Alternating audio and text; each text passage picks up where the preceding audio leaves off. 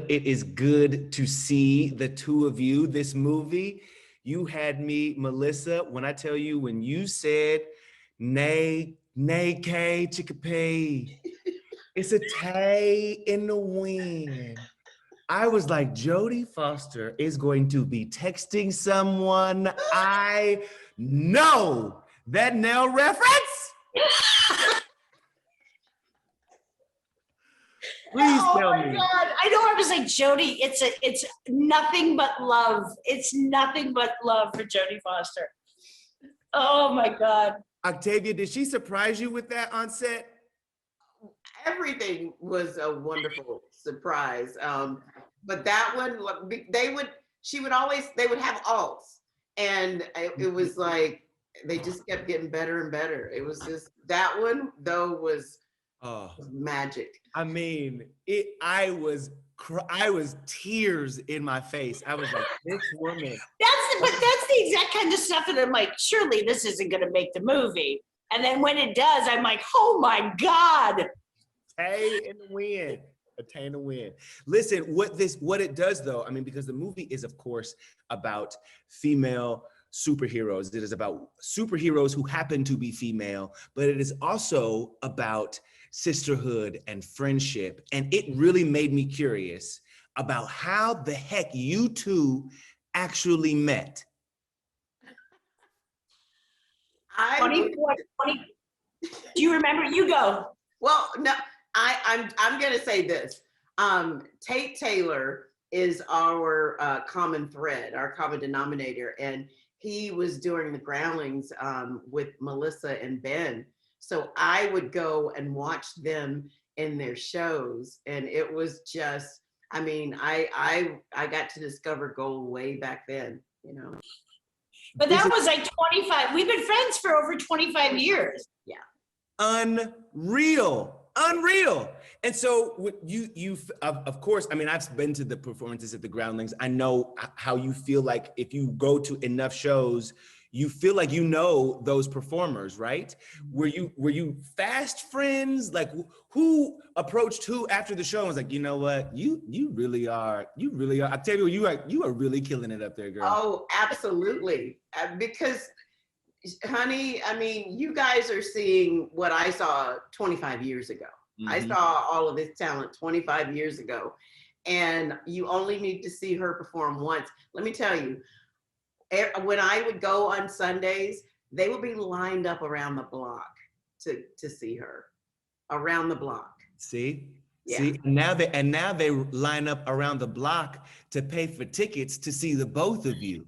Like, it's got to feel cool for two women in this industry in particular, right? Who I hate always saying like that there's like a bravery or like a fight that you are in or up against, but I do understand as people who have been slated as other, sometimes that's the easiest way for them to get to know our stories, to understand our stories.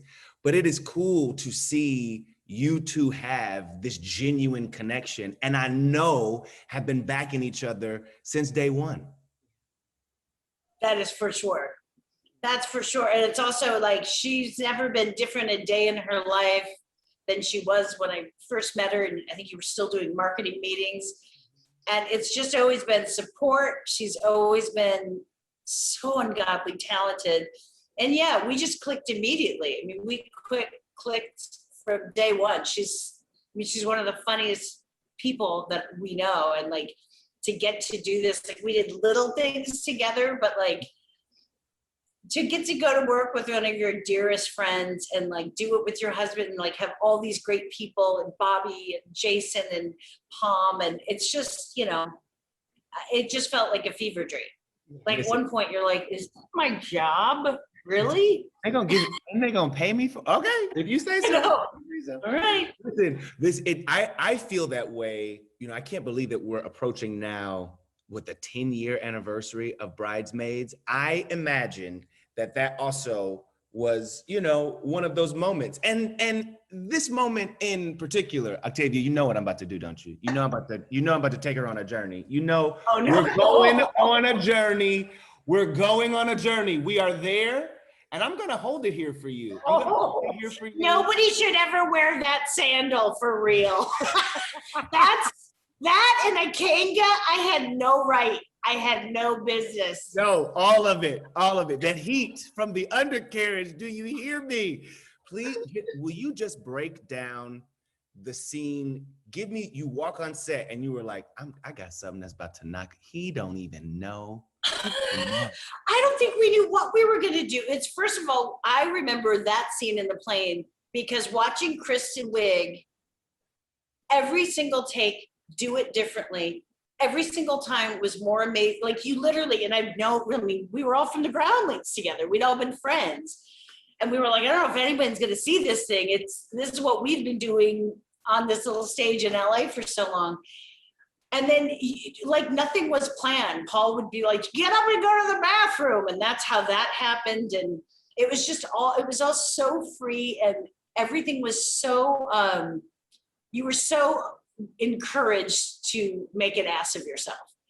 And you never had to feel dumb. And that's, I think, I mean it seriously. When you're not afraid to fall on your face, you also are so willing to try things that, I mean, there were parts where I'm like, I don't know what I was saying.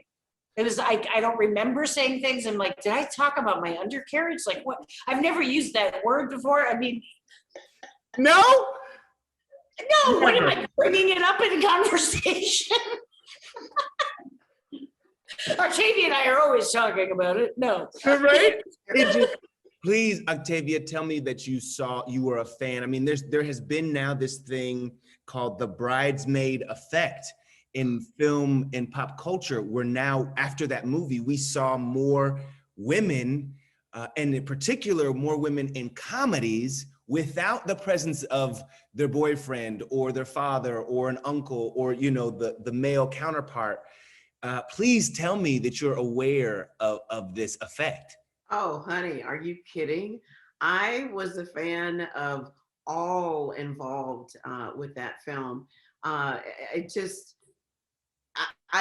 definitely felt a paradigm shift for funny women and comedy and women being able to be seen in a different light and carry comedies without quote unquote the male support. But they deserved it too, because that movie was hilarious. Hilarious. Please, just as I go, please just tell me, I want Melissa, I want you to tell me the honest truth. You do your own stunts. Should Octavia in the next movie? Or are we letting that go? We just gonna find somebody else to do that for the No, her little arms doing this. She was killing it. She was killing it. She's like, look, I'm boxing so hard. She's just gentle. I'm a brute. Also, like, my stunt woman's amazing. That's why I turned out okay. Octavia's just like, of course, he's a bus. She's just gentle. The funniest line, I thought Ben was going to knock himself out. She's supposed to run out when the diner explodes, and she's, you know, Thunderforce needs a bus. And we thought it was going to be, Rah! She ran out in her gentle way, goes, Thunderforce needs his bus.